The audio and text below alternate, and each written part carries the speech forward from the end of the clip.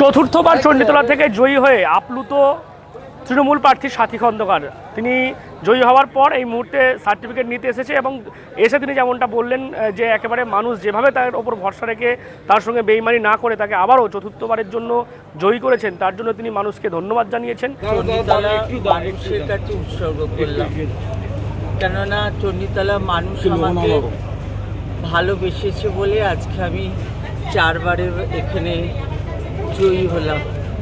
আর হয়তো কথা বলতে পারছি না, চোখে জল এসে যাচ্ছে যে আজকে আমাদের দল, আমাদের নেত্রী মানুষের জন্য যেটা করেছিল, আজকে মানুষ যে এভাবে কি বলবো, কিছু বলার নেই, যে মানুষ এইভাবে একটা করবে এটা চিন্তাও করতে পারছি না।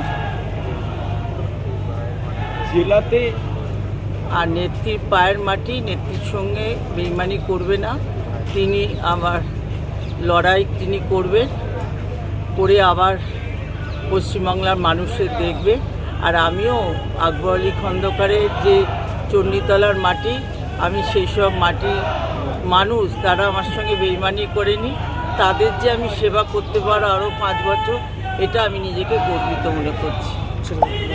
এবং তার পাশাপাশি তিনি দুঃখ প্রকাশও করেছেন। তিনি যেমনটা বলছেন, মমতা বন্দ্যোপাধ্যায় যেভাবে মানুষের জন্য কাজ করেছে, উন্নয়ন করেছে, সেই জায়গায় দাঁড়িয়ে মানুষ এভাবে তাদের কাছ থেকে মুখ ফিরিয়ে নেবে সেটা কিন্তু তিনি কল্পনাও করতে পারেননি। এবং তার পাশাপাশি তিনি বলেছেন যে মমতা বন্দ্যোপাধ্যায় তিনি আবারও বাংলার মানুষের জন্য লড়াই করবেন এবং তার সঙ্গে সঙ্গ মিলিয়ে সাথী খন্দকার ও চণ্ডীতলা বিধানসভার মানুষের জন্য লড়াই করবেন, এমনটাই তিনি জানিয়েছেন। আমরা দেখতে পাচ্ছি যে সাথী খন্দকার যখন বক্তব্য রাখছে তার সঙ্গে সঙ্গে দেখা যায় বিজেপির যারা এজেন্ট ছিলেন চণ্ডীতলা বিধানসভার দেবাশিস মুখোপাধ্যায়ের এজেন্ট, তারা বেরোয় এবং তার সামনেই কার্যত তাকে দেখে জয় শ্রীরাম স্লোগান দিতে দিতে এগিয়ে যান।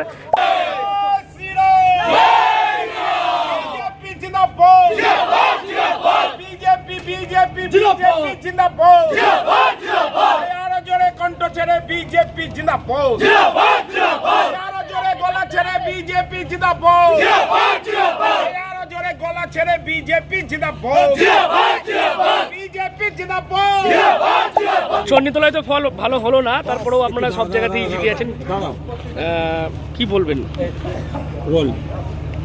চণ্ডীতলায় আমরা মানুষ যা রায় দিয়েছে আমরা মাথা পেতে নিয়েছি, কিন্তু চণ্ডীতলায় মানুষ ঢেলে ভোট দিয়েছে। আপনারা যদি রেজাল্টটা দেখেন, আমরা 87,000-এর ওপরে বেশি ভোট পেয়েছি।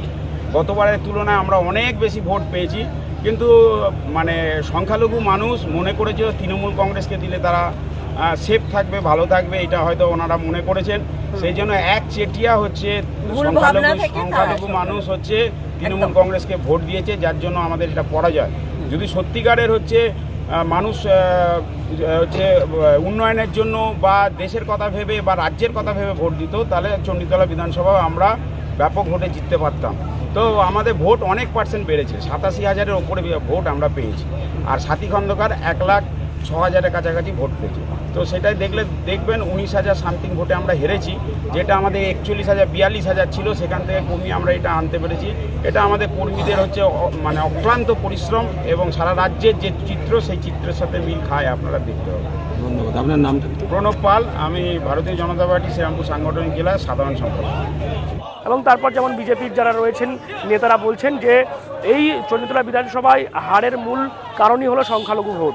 সংখ্যালঘু মানুষরা তারা ভেবেছে যে তৃণমূলকে জেতাতে হবে, সেই কারণে ভোটে ঢেলে তারা কার্যত তৃণমূলকে ভোট দিয়েছে, সেই কারণেই বিজেপি এই চণ্ডীতলা বিধানসভায় হেরেছে।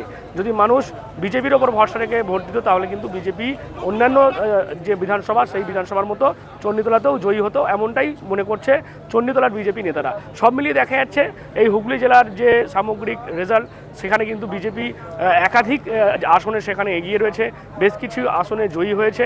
এবং চণ্ডীতলা বিধানসভা সেখানেও তৃণমূল প্রার্থী সাথী খন্দকার জয়ী হয়েছেন এবং সেই জয়ে তিনি একদিকে যেমন আপ্লুত, ধন্যবাদ জানাচ্ছেন মানুষকে, তার পাশাপাশি তিনি দুঃখিত যে মুখ্যমন্ত্রী এত উন্নয়নের কাজের পরও তারপরও মানুষ এভাবে তাদের কাছ থেকে মুখ ফিরিয়ে নিয়েছে। সেই কারণে আপনারা কি বলুন এই বিষয় নিয়ে? অবশ্যই কমেন্ট করুন কমেন্ট বক্সে। এরকম আরও খবর নজর রাখুন ডিএনএন বাংলা। ডিএনএন বাংলা সবার মনে, সবার ফোনে।